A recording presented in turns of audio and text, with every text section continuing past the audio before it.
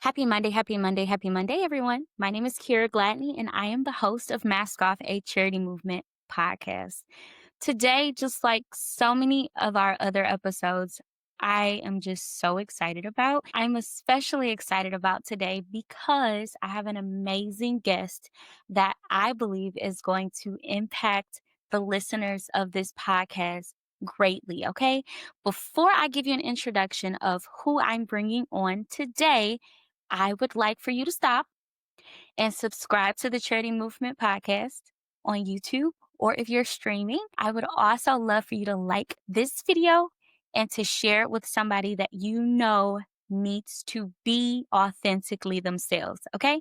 Because that is what we're going to talk about today. So I'll give you a couple seconds to do that. Okay, I think you should have subscribed by now. No problem at all. So, I want to introduce to our listeners, our viewers today, an amazing woman. She is a wife, a mother, a servant leader. She is a minister. She is a fashionista. She is a pastor's kid. She is a sister. She is an amazing friend. She is one of the most beautiful women I have ever met in my life, and she lives every day authentically herself. She is the mother of three daughters. Let me repeat that. Three daughters. So you know she has the patience of the Mother Mary, okay? You know she has it. The Father gave it to her. And so I am just so excited for her being a part of this podcast. Her name is Tori Strode. And ever since I have met her, she has been consistently a beautiful, confident, compassionate individual. I have seen her from afar. I have witnessed her ability to connect and to impact and encourage. And I know that that will shine through in this interview for today.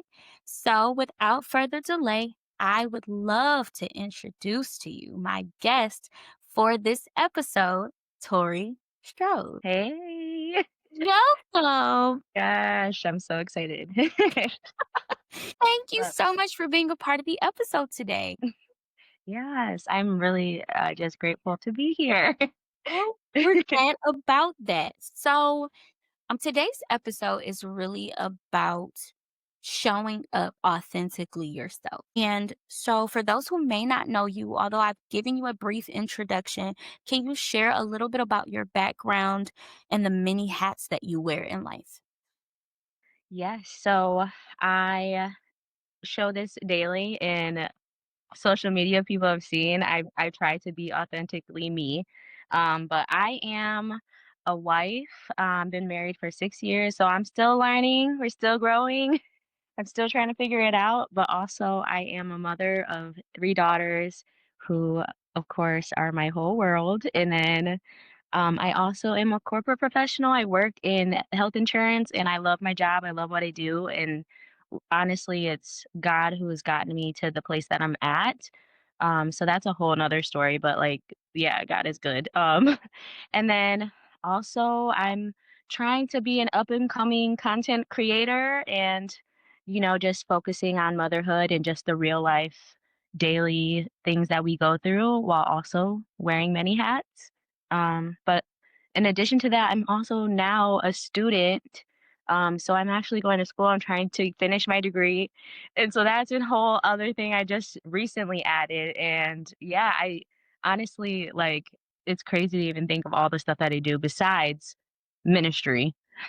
So yes, that is another thing that I totally forgot to add. But yeah, I'm a minister. I help lead praise and worship sometimes. I sing in the background and I also mime with my husband. So yeah, it's so many things that I are a part of me. Oh my goodness, just the It's- the content creation has been so consistent. Yes. I was just looking at your page and you were talking about burnout, and I'm just like, this lady never stops. Yeah, I mean, I feel like I pushed myself to really put it out there because I'm like, we see in social media so many like motherhood content creators who it's just like the perfect like aesthetic, perfect life, and I don't ever see any of like "Are you tired? Because I'm tired over here in this house." And I'm like, I just feel like we need that. We need somebody Yes, to encourage us on those days because, man, some days I'm like, "Lord, I don't know how I'm gonna do all this, but here I am." absolutely. I definitely agree, and I appreciate you for doing that and showing the real us. Mhm. So, you are also a pastor's kid, Yes. and I know, and especially having children now who are pastors' kids, I know that comes with its own unique experiences. How has that shaped your identity and your faith? So, yeah, I have been a pastor's kid my whole life. My dad is, of course, Hispanic, and we grew up in a organization that was more so obviously just total Hispanics.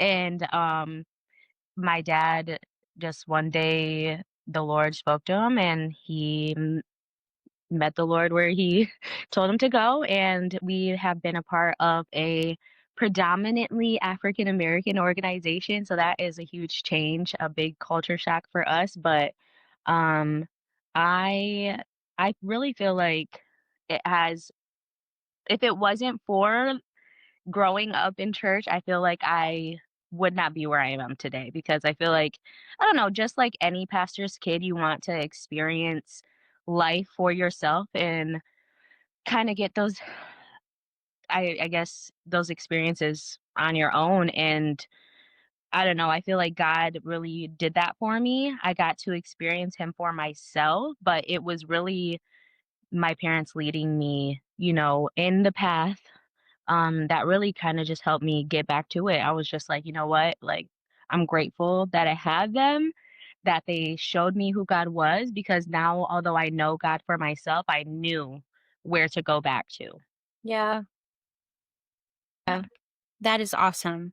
Okay, so what does showing up authentically mean to you in this season of your life? Yeah. So for me, I feel like nowadays there's a lot of just comparison. I don't know, especially with this being a time of social media. Yes. I feel like even for myself, I find myself, like, gosh, like how can I get to that space, that she's at? Like she just has it all together. And I just, decided like I'm just gonna be me, even like especially with me trying to be in content creation and showing that real life part. I'm like, I have to be me.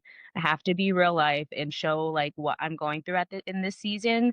And I know that it took a lot for me to get to where I'm at. And there's more places that God wants me to get to. And I can't compare myself to where someone else is. Um, yeah, I just feel like not budging on who God created me to be is Yeah. a big part of it. He's made me specifically for a certain group of people, and that may not be someone else may be able to reach, but I can because I'm me. Yeah. I try to just be myself and show up, and I just feel like God is doing like a new thing in this season for me, especially now. I just feel like I see Him so much like in my life every day. I'm like, wow, God like really is doing this, and like I'm grateful because there was a point where I was like, God, when is it gonna happen? Mhm. And I'm grateful. I'm excited because I finally tapped into like, okay, this is my season. It's nobody else's. I love that. I love that. And I was thinking about content creation recently because I was telling someone how much I have a love-hate relationship with it. Mhm. I think it takes so much effort. I think it takes so much of our Yeah. but I mean, obviously you see the reward of it and there's a benefit in showing people Jesus through your daily life. I think that's such a beautiful thing because they may never open up a Bible, but they'll open up their app and see you embracing and loving and talking about who Jesus is Yeah. in, your daily life. And so I was telling them, I said, the way that God has really been speaking to me is like God gave a prophet to a specific group of people. Like, there was not one prophet for everybody in the Right. world. And so maybe God is giving you a specific target audience, like you just said, that I don't have the experience or that heart to relate to or connect to, but you do. And Mhm. so that has really been convicting me because I'm like, okay, maybe those people do need to hear my voice because my thought has always been like, well, somebody else can do it too. I'm not the only one. I'm not a unicorn. Like, I'm not the only person that can do this. God is like, no, there's a specific Mm. people that need you. And so I really appreciate you bringing up that thought because a lot of times, for those of us who may have had an unction for content creation, but we haven't really walked in it, it's because we're like, what I'm saying or what I want to say doesn't really matter. But you're saying it does, right?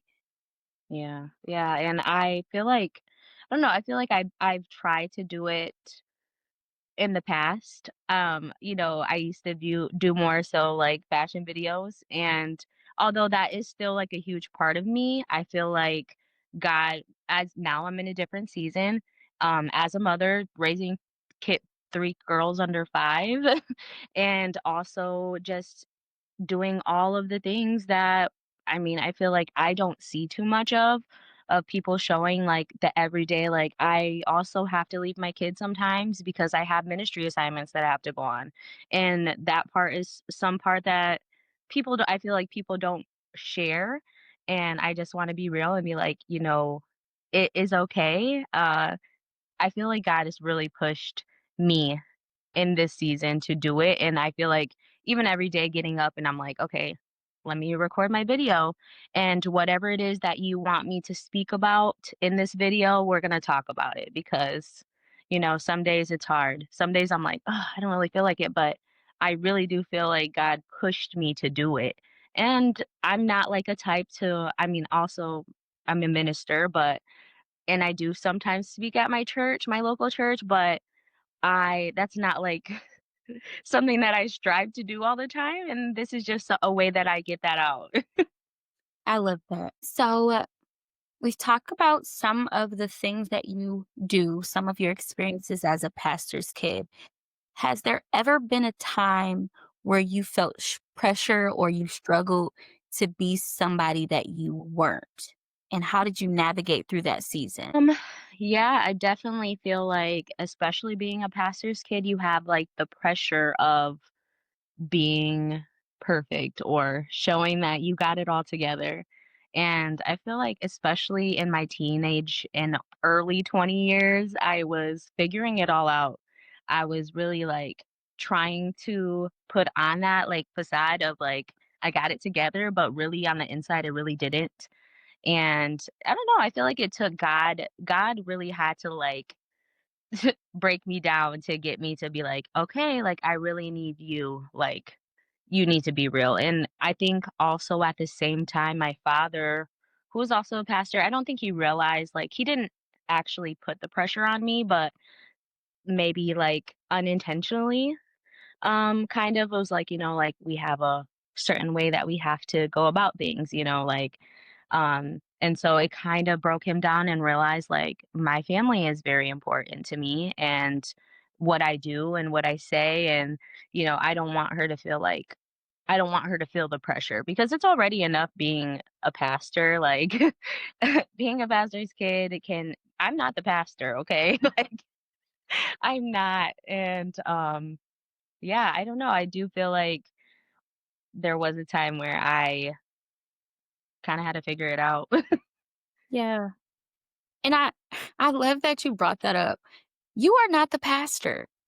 And I think that not enough people understand that. Like, Yeah. just because I am like a part of the pastor's family, Mhm. that does not mean that I have to hold the pressure of the past. And I appreciate you speaking about that. And I've had conversations with others, pastors' kids, and I have tried to be very intentional, even at my son's early ages, Mhm. to not put pressure on them to be anything other than themselves, even if they're two boys, 6 and 3, and they are just free. That's what I like to call them. They're free. Mhm. They're birds. They're free. Yeah.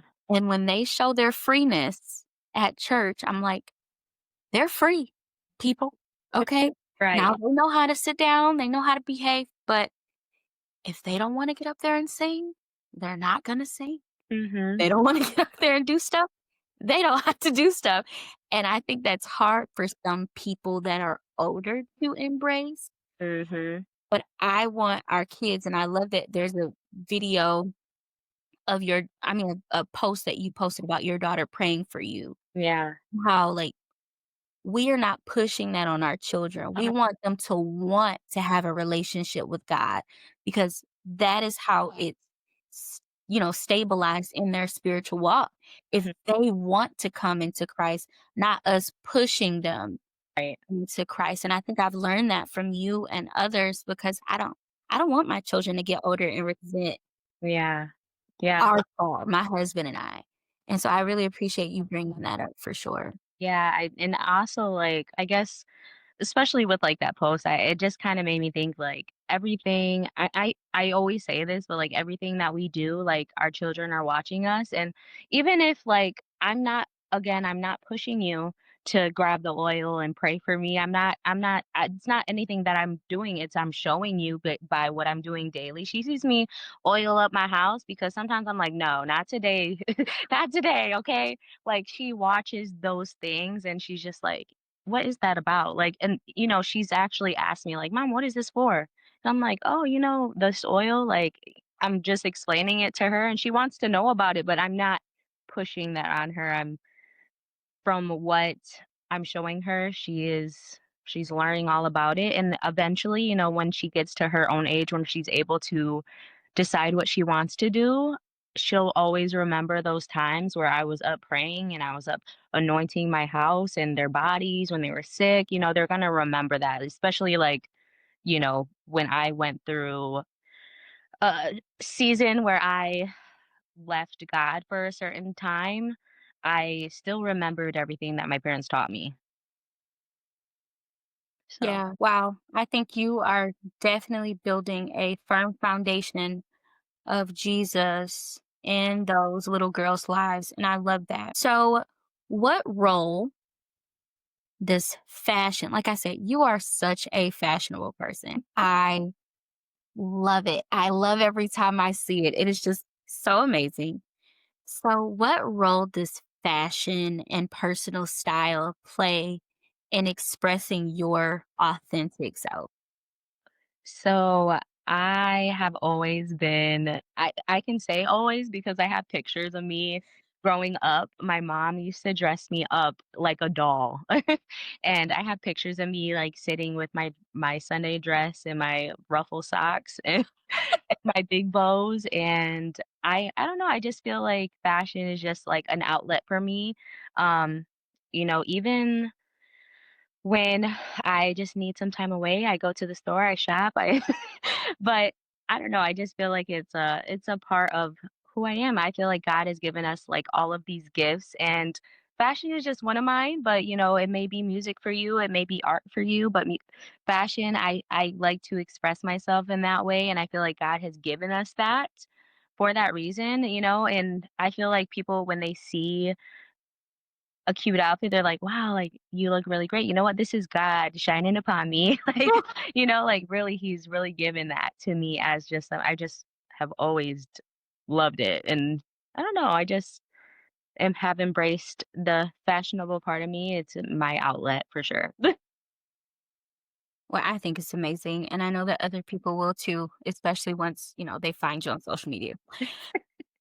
So, as a Hispanic woman in ministry, have you faced challenges in owning your cultural identity while also navigating, like, church leadership spaces? So for I feel like this is really like a good question for me because like I said before, my father, I think it was around the time I was like 10 years old, we left our previous church organization that was predominantly Hispanic, and we put ourselves in a predominantly African American group of people. And so I think also for them at that time, it was kind of like who are these Mexican people? Like, um, and I always talk about it all the time because I remember my dad preaching, at the church that we had started at, which was the Bread House, with Bishop Singleton, and my dad preached, and my dad does not preach like, I don't know what they were expecting, but my dad, he has, like, a apostolic fire to him, so he just went crazy, and they were just like, "Whoa, like, you might be a brother, like, you might be one of us." Um and I'm just like, we're literally no different than you guys. We just are a little light more light skinned. But I don't know. I feel like we've always just been who we are. And I think it kind of opened up a more idea, like it doesn't just have to be this certain group of people.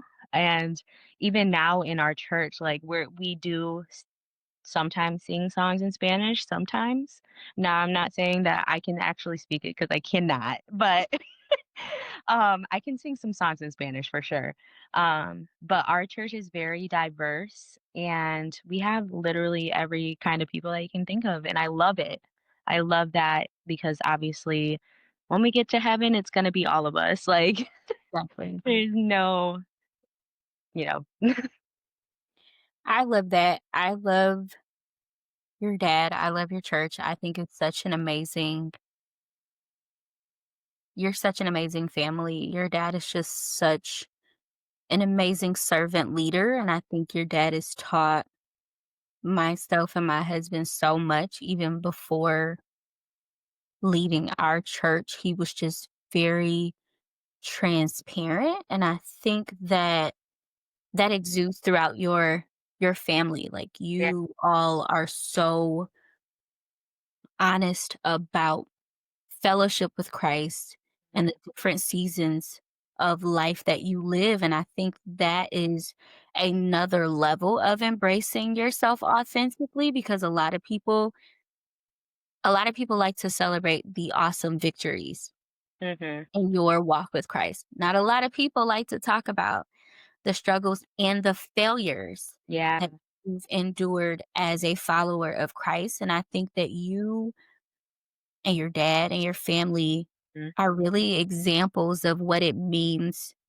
to show a whole person. And I don't think we do that enough in our faith. It's like, you need to show the whole person. Yeah, and I say this all the time because I have seen my family, my parents go through some of the most difficult situations that any Christian could ever endure, and I seen how they navigated that, and it just encouraged me as even just as their daughter, I just seen them like literally praying at all hours of the night and praying for each other when one was low, and it's just like I just want to be like that. I desire to be a Christian that is real because we are not exempt and that's even in my life I try to just be real because like we need that.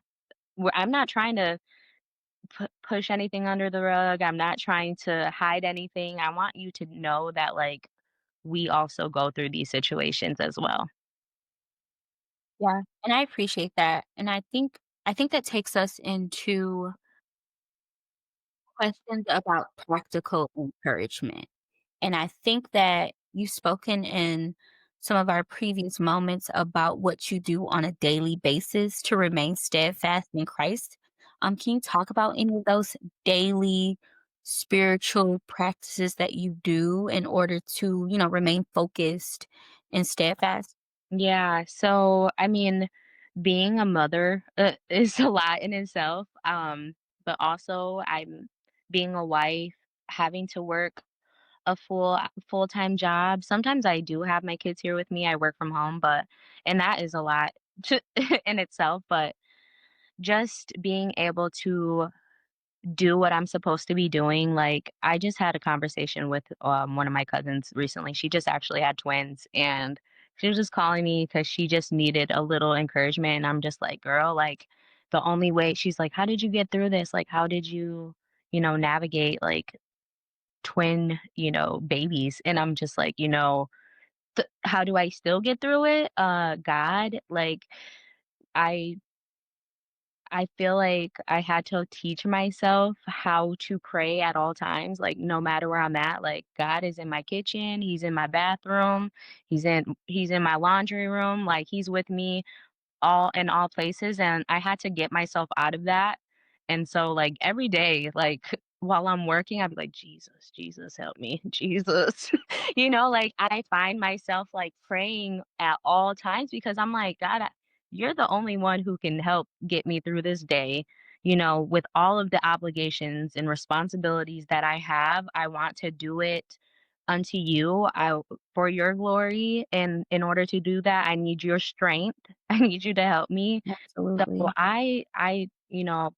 with her, I just was like, "Girl, you gotta pray whenever you get a chance." Like, I try to spend devotional time, even if that's 5 minutes. Like, definitely a big journal girl, so I write down everything. I have a journal with me at all times. Like, Me when I'm too. upset, I'm like, "Oh, that's good. Let me write that down because I need that. I'm gonna need that later," you know?